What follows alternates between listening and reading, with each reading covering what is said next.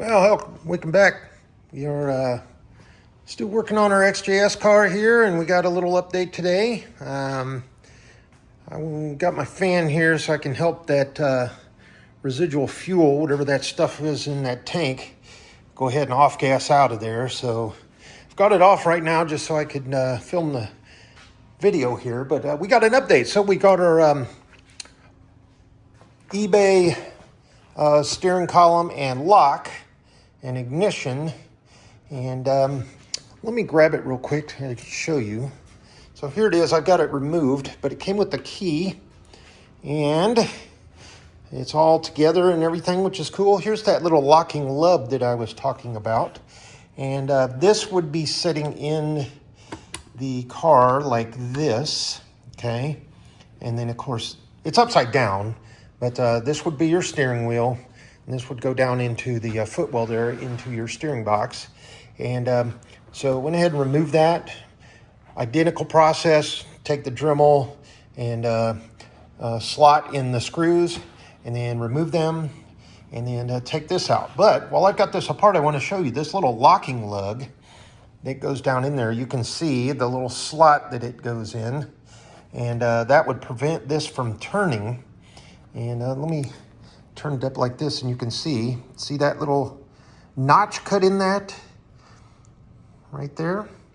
So that's basically all this is. This little spring-loaded thing would go in like that when it's running, and when you remove the key, it would pop out and go into that little slot there, and it would lock your steering column. And that's what, even today, that's how that works. Whether you have a push button start or if you have a keyed ignition switch like this. So good news is all of our numbers match. The key code is going to be different, but look at that. Let me get that key out of there and we'll show you. So our friends at eBay, we've got a decent key. It's a little bit old and worn, but not too bad. But look at that key cylinder. It's still got the zigzag. It's still got the tumblers in there. You can see the little brass little nubs that would fall down in there. And hadn't been drilled out. No, screwdriver jammed in there or anything. Hasn't been hot wired. And doesn't look like it's been shorted out or anything here. So we'll leave that alone. And so, yeah, we've got our ignition switch ready to go back in. And then we'll go ahead and wire all that up, get that tucked back up in there. And then we'll finish up back here in the trunk with the fuel process we were talking about earlier in the previous videos. And I'm going to go ahead and pop off the fuel pump and go ahead and drain that out and purge it with some brake clean. And then the fuel filter, I'll go ahead and tap that out a little bit. But I think what we're going to do is we're going to fill up fresh gas and disconnect the inlet fuel line up here in the engine compartment. So whenever we lay a battery in here, we'll be able to turn the key a few times and purge the fuel through the lines, get that old bad gas out. Then I'll come back and I'll worry about the fuel filter itself, because at that time we'll have fresh gas in here with a nice clean tank, fresh fuel in here, and then surge tank will be all cleaned out, and then our fuel pump will be all cleaned out, and then of course the brand new filter. A filter for this car is like $16, so it's not a budget breaker, but we'll go ahead and get that replaced while we're out here. We got our compartment all apart here. So yeah, we've got a key for ignition now, and all I really need to do is take our fuel door lock cylinder.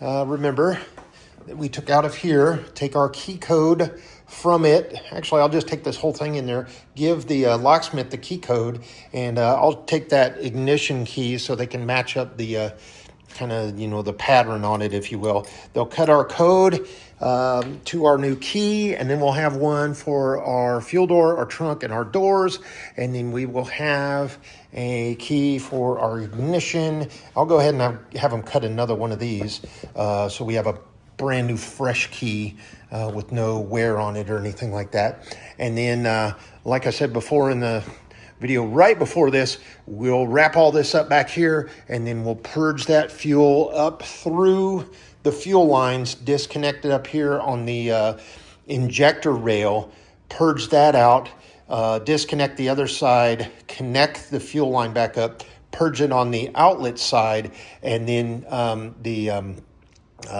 fuel cooler before it goes back to the purge tank back here, back to the tank, the overflow.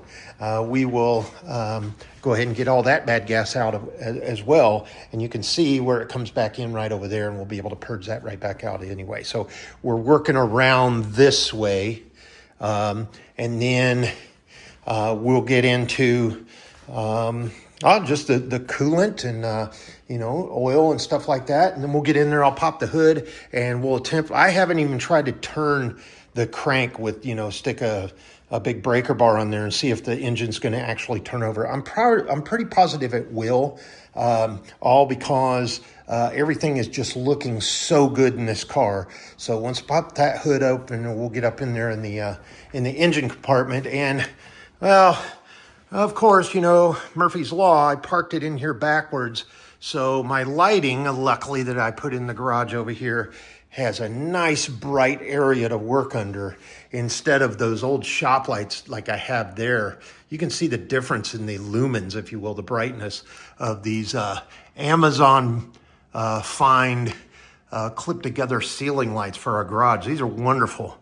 And I think each one of those things takes like 1.6 watts or something like that. So it's a really, really efficient.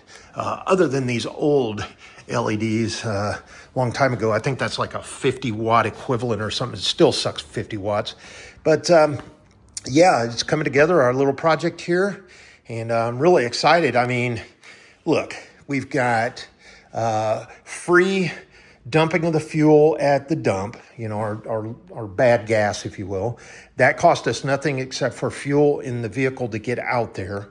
We found a ignition switch with a steering column and a key for $111 on eBay locally that we went 20 miles away today, actually, to pick up.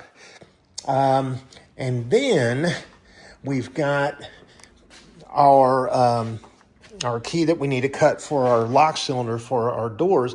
That's probably going to run about $20 because I'm going to go ahead and get 2 keys for this right here.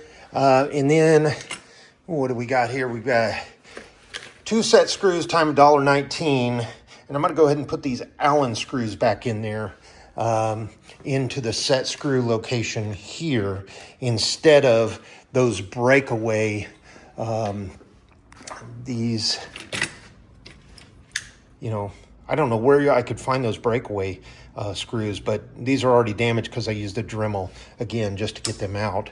So we will we'll go ahead, and if anything fails in this, then I'll have those Allen head screws to get out there. Now, one of the things though, if you're doing this yourself and you're replacing an ignition switch on your car and you're taking the whole lock mechanism out, you want to be careful because you need to make sure you get the same length and pitch of threads that will screw in here.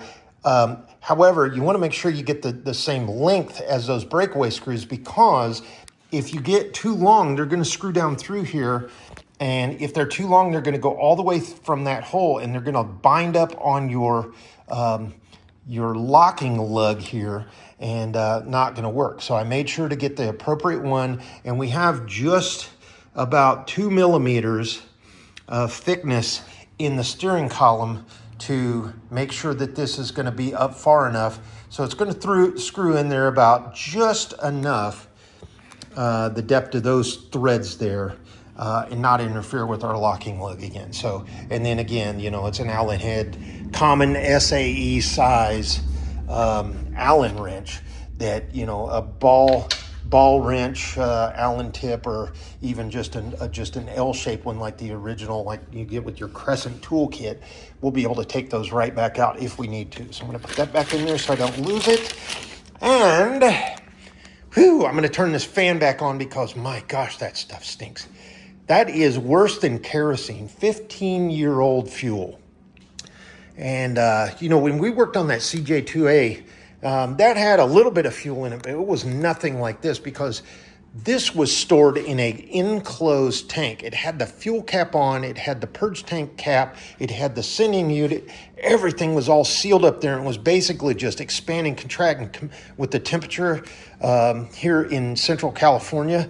And man, I don't know what that does to fuel, but it's got to affect the chemical makeup of it. And not quite varnish. It was still liquid, but like I said, it was just the color of that toolbox when it came out. I don't know if they had some stabilizer in there, but whew, that stuff is still just reeking. So I'm going to get that fan back on here, open the door, get some fresh air in here, let that off gas. It's going to take a few days to dry that out. I might dump a cup of rubbing alcohol in there and swish it around, and then that'll help evaporate real quick. And then I'll come back in with some brake clean and maybe just, fog it with some WD-40 just to get the residual out there so we don't get any flash rust in there. And then same thing on the pickup tube on our fuel pump there. And once I get into the fuel pump, I'll do another video. But I did want to share some good news and excitement because we did get our lock cylinder today. And we are... 2 days into waiting on our title. The California DMV wrote me back last week.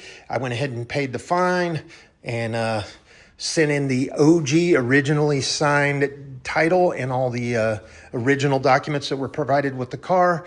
Mailed that to the DMV, and I think that once they get that, they'll go ahead and they'll just send me back a fresh, clean title and a intended non-operational certificate for the registration that will mirror the existing license plate. And then we'll just clean this thing up and we'll see if we can't get it running. And if it does, we'll purge all the fuel out again. We'll prep it for storage. We'll get another grandma blanket here for the rest of the car. We'll get a car cover. We'll put it up on jack stands. We'll park it over here in the corner for the next many years until it's either A, time to sell it, or B, time to get it back on the road and get it smogged, depending on what the smog regulations happen here in California.